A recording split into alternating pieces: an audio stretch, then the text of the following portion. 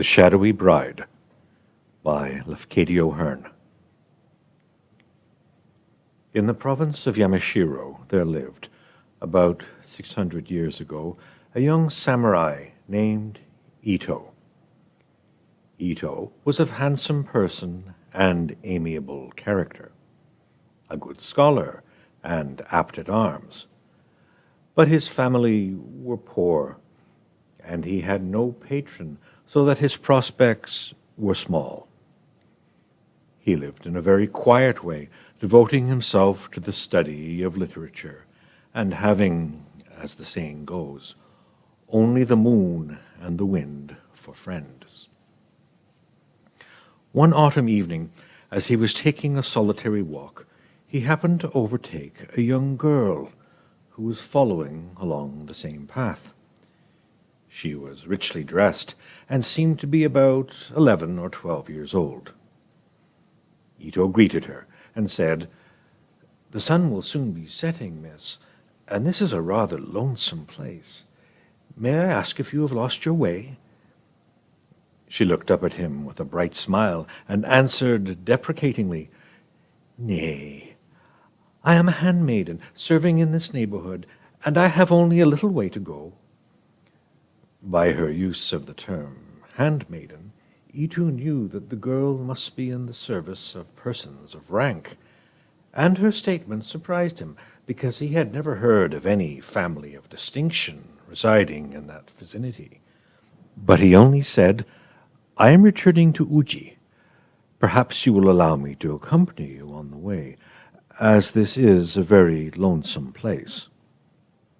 She thanked him gracefully, and they walked together, chatting as they went. The village of Uji was very dark when they reached it, for the sun had set, and the afterglow made no twilight in the shadowing of the trees. "Now, kind sir," she said, "here is the honorable residence in which I serve. As you have come thus far out of your way, kind sir, will you not deign to enter and to rest a while?" Ito assented. He was pleased by the informal invitation, and he wished to learn what persons of superior condition had chosen to reside in so lonesome a spot. Passing the gate, he found himself in a large, quaint garden. A miniature landscape, traversed by a winding stream, was faintly distinguishable. "Deign for one little moment to wait," the child said. "I go to announce the honorable coming," and hurried toward the house. It was a spacious house, but seemed very old. The sliding doors were not closed, but the lighted interior was concealed by a beautiful bamboo curtain extending along the gallery front.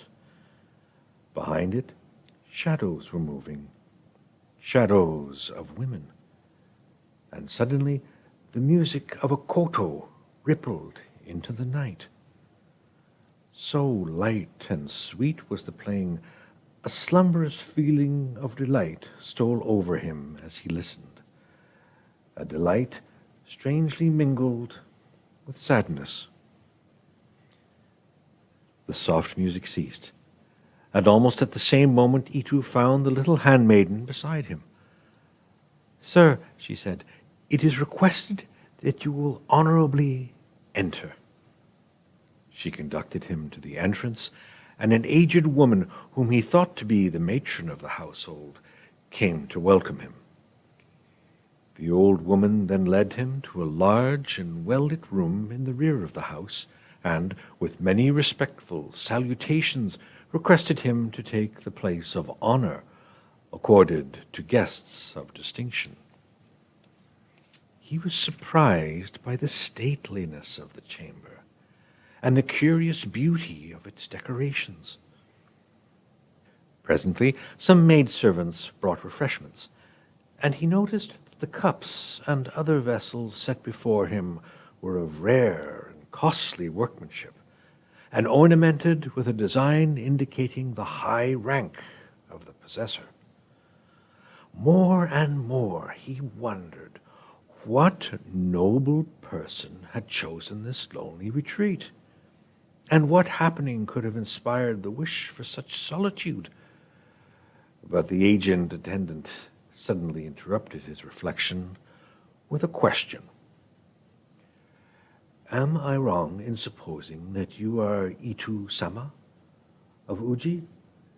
Itu Takawate Norisuke?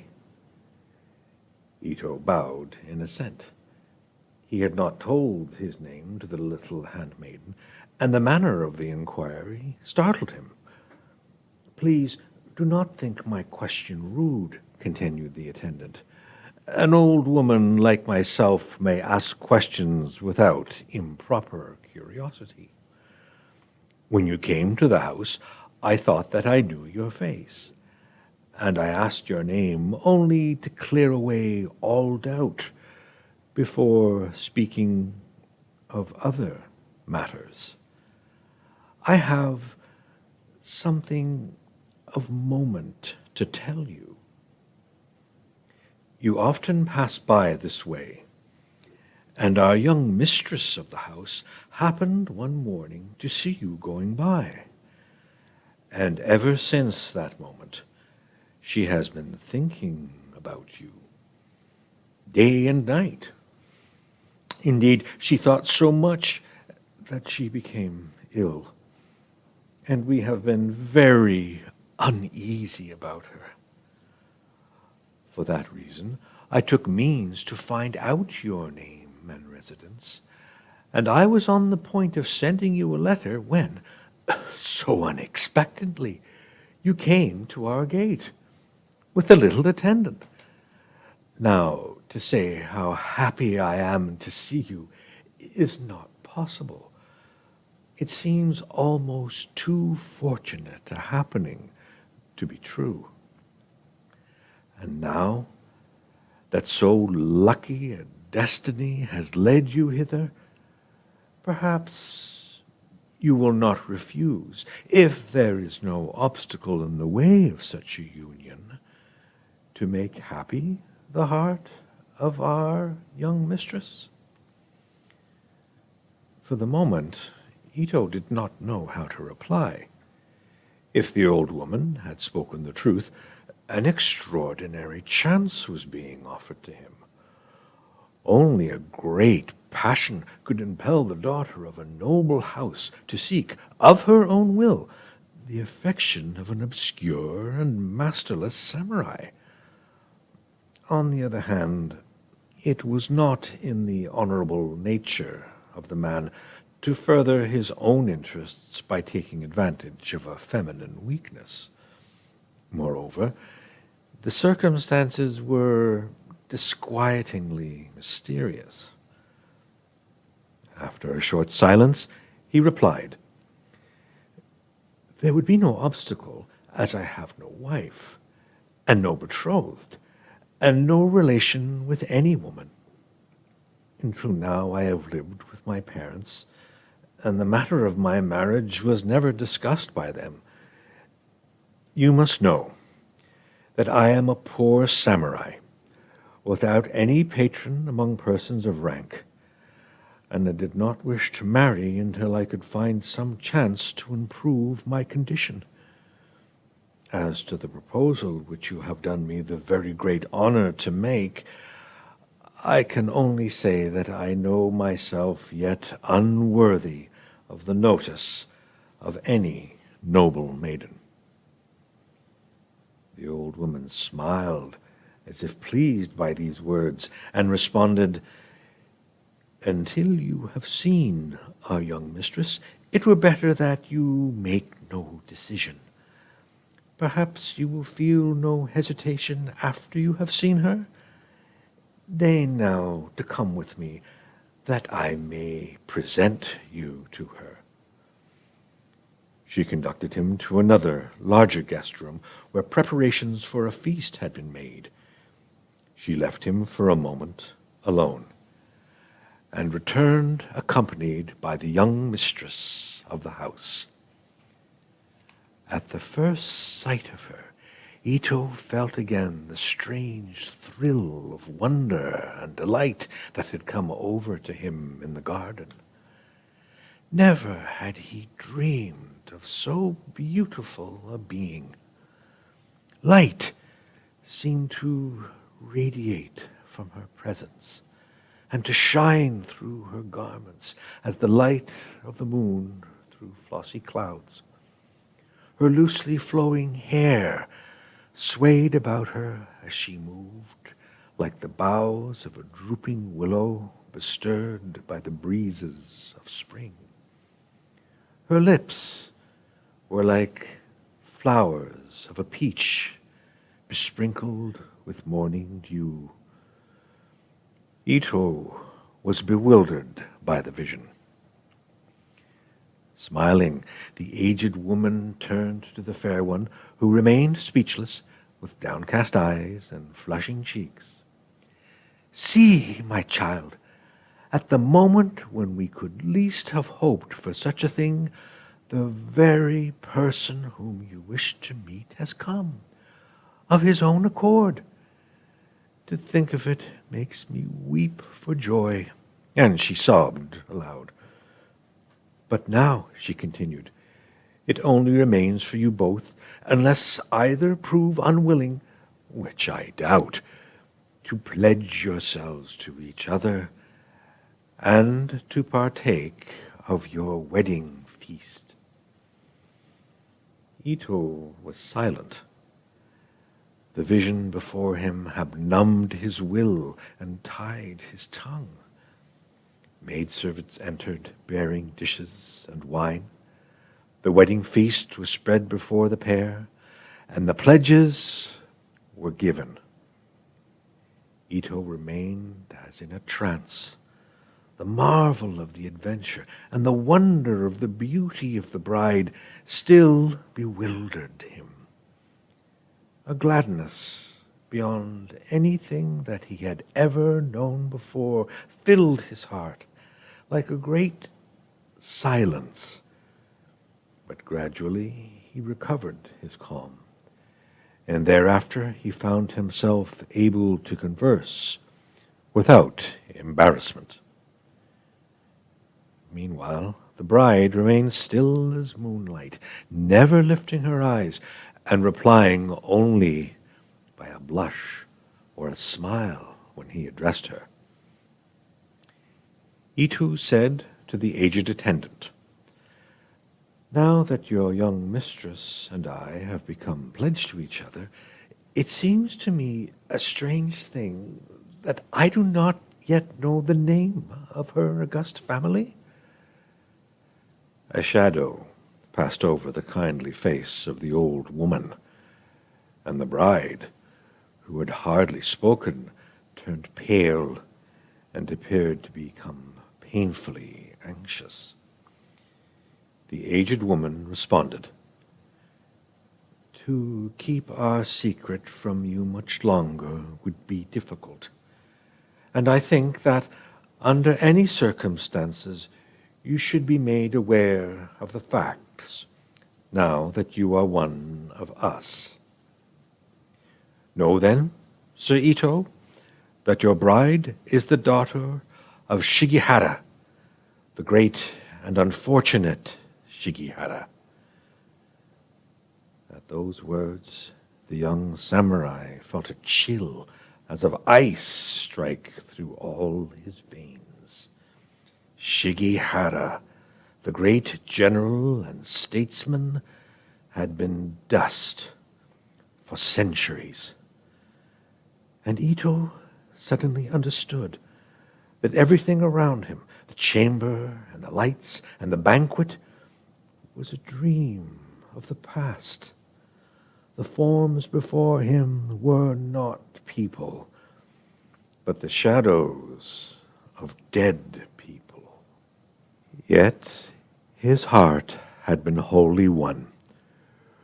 Who weds a ghost must become a ghost.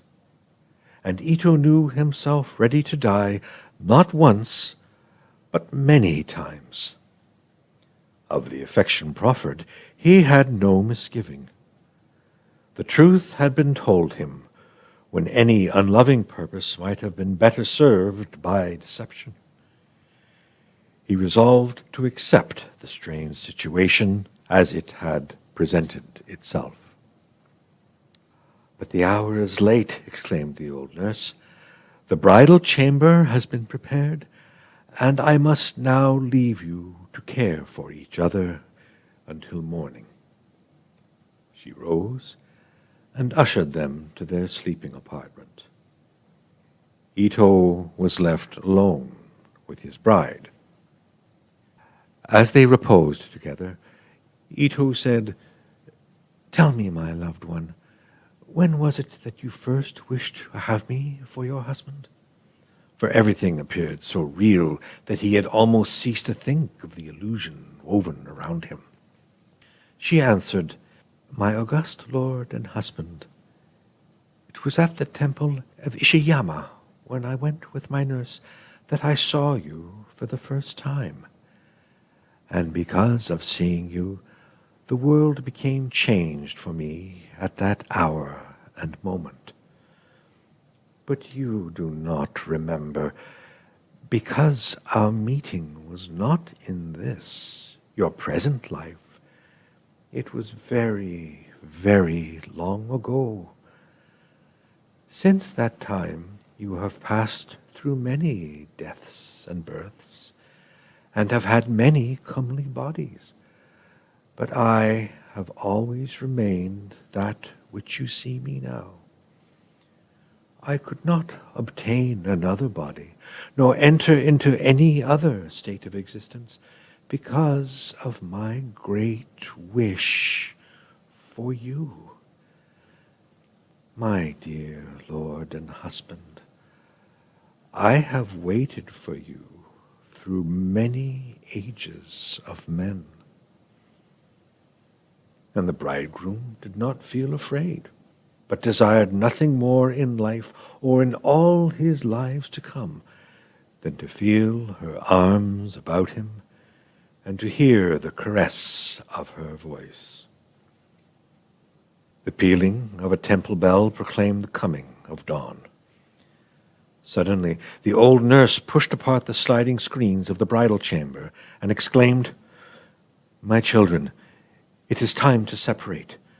By daylight you must not be together, even for an instant. That were fatal. You must bid each other goodbye." Without a word, Ito made ready to depart. His will belonged to him no more. He desired only to please his shadowy bride. She placed in his hands a little inkstone, curiously carved, and said, "My young lord and husband is a scholar. Therefore this small gift will probably not be despised by him. It is of strange fashion because it is old, having been augustly bestowed upon my father by the favor of the Emperor Takakura. For that reason only I thought it to be a precious thing." Then the little handmaiden came to guide him through the garden, and his bride with her foster mother accompanied him to the threshold. As he turned at the foot of the steps to make his parting salute, the old woman said, "We shall meet again in the next year of the dragon, at the same hour of the same day of the same month that you came here.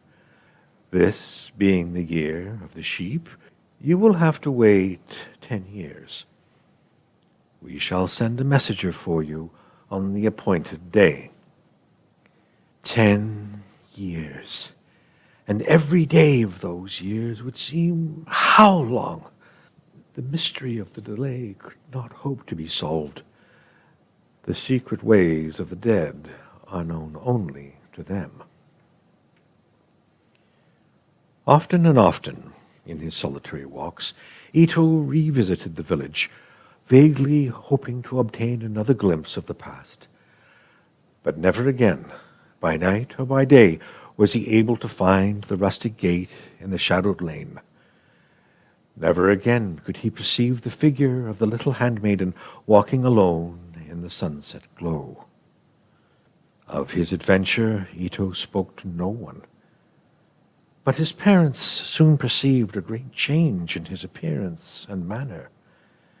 Day by day he seemed to become more pale and thin. Though physicians declared that he had no bodily ailment, he looked like a ghost and moved like a shadow. He appeared indifferent to everything which had formerly given him pleasure, even to those literary studies by means of which he might have hoped to win distinction. To his mother, who thought that marriage might revive his interest in life, he said that he had made a vow to marry no living woman. At last came the year of the dragon, and the season of autumn. But Ito could no longer take the solitary walks that he loved. He could not even rise from his bed. His life was ebbing, though none could divine the cause, and he slept so deeply and so long that his sleep was often mistaken for death. Out of such a sleep he was startled one bright evening by the voice of a child, and he saw at his bedside the young handmaiden who had guided him 10 years before to the gate of the vanished garden. She saluted him and smiled and said, "I am bidden to tell you that you will be received tonight." Then she disappeared. Ito knew that he was being summoned away from the light of the sun, but the message so rejoiced him that he found strength to sit up and call his mother. To her he then, for the first time, related the story of his bridal, and he showed her the inkstone which had been given him. He asked that it should be placed in his coffin, and then he died. The inkstone was buried with him, but before the funeral ceremonies it was examined by experts who said that it bore the seal mark of an artist who had lived at the time of the Emperor Takakura, and that it was centuries old.